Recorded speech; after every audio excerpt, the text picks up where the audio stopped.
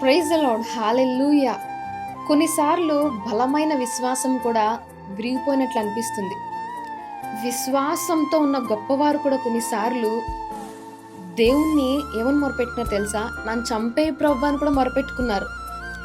ఏలియా అన్నాడు, యెహోవా ఇంత మట్టుకు చాలును, నా ప్రాణము తీసుకొనుము అని. మోషే అన్నాడు, ఇది నేను భరించలేని భారము, ఇట్లు నాకు చేయదలిచిన ఎడల నన్ను చంపుము అన్నాడు. ఏలియా మొరపెట్టుకున్నాడు, కానీ ఏలియాని గొప్పగా నడిపించాడు దేవుడు. మోషే మొరపెట్టుకున్నాడు, కానీ మోషేని కూడా గొప్పగా నడిపించాడు దేవుడు. యోనా మొరపెట్టుకున్నాడు, యోనాను కూడా దేవుడు గొప్పగా నడిపించాడు దేవుడు. అలాగే మన జీవితాల్లో కూడా మనం కూడా నన్ను చంపే ప్రభు, ఈ కష్టం నా వల్ల కాదు, ఈ కష్టాలు నా వల్ల కాదు, ఈ బాధలు నా వల్ల కాదు. నువ్వు చాలాసార్లు దేవుని ప్రార్థనలో అడిగావు చంపే ప్రభు అని. దేవుడు చంపడానికి నేను పిలుచుకోలేదు.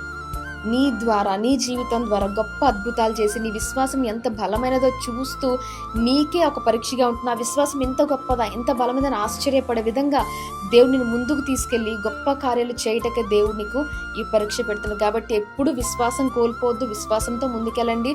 మీ విశ్వాసాన్ని కాపాడుకుంటూ మీ జీవితంలో ముందుకెళ్ళండి. Thank you. God bless you.